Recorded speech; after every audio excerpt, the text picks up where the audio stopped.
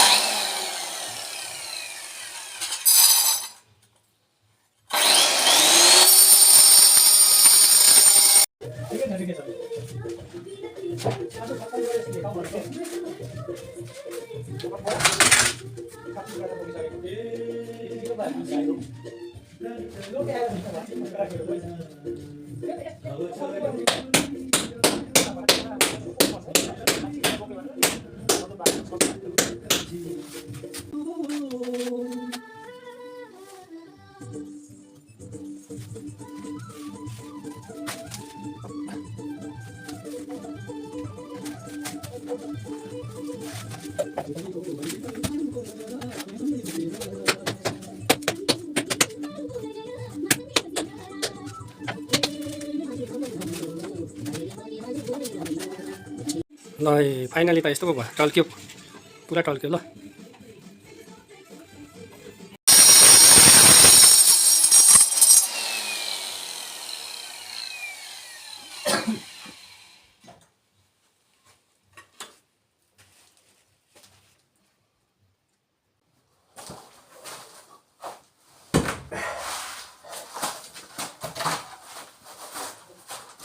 ल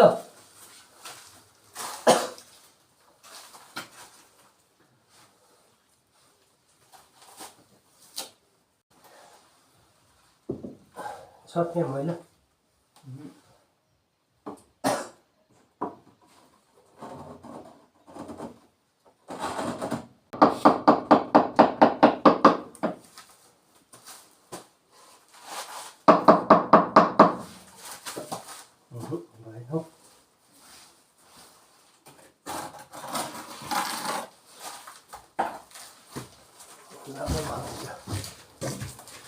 भिडियो लामो भयो। फाइनली हाम्रो किचनको लगभग सकि नै सकेको छ है। पुटिङ सुटिङ लगाएर अब यहाँ वास बेसन मिलाउनु छ अलिकति। ल पुटिङ पनि लगाइसक्यो, कस्तो ग्लोसी दामी आइरहेछ है कलर पनि। सक्नु आँट्यो है, अब सिलिङ पनि आधी भइसक्यो हो। एकदम चिटिक्क सफा हुँदैछ है।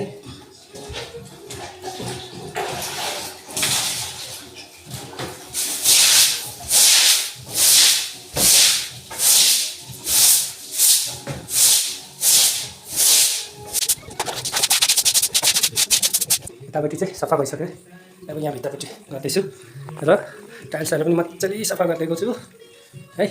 पानी पनि आयो, बेसन पनि ओके।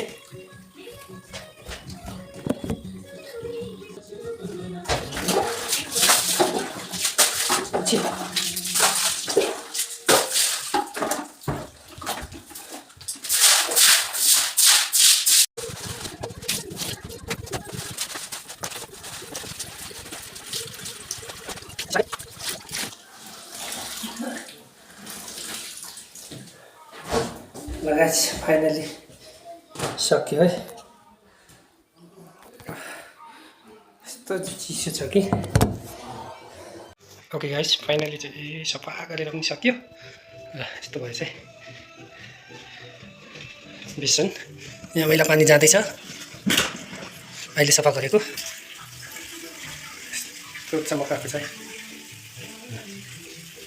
यस्तो भयो। अब दरवाजा बाँकी छ र बत्तीको पनि गरिसकेँ फाइनली। लाइट बसेर एउटा यहाँ कनेक्सन यता जाँदैछ र सिलिङ पनि भइसक्यो है। सिलिङ लाइट दुईटा बसिसकेको छ। कम्प्लिट भयो यो रुम पनि। अब उतापट्टिको रुम। ओके गाइस, अब यो रुमको पनि सिलिङहरू सबै नै कम्प्लिट भइसक्यो। अलिकति नपुगेर यहाँ अर्को कलर डिजाइन गरिहाल्छ। बत्ती सब भइसक्यो। अब रुम चाहिँ यस्तो छ है, मैला सफा गर्न गइरहेको छु ल।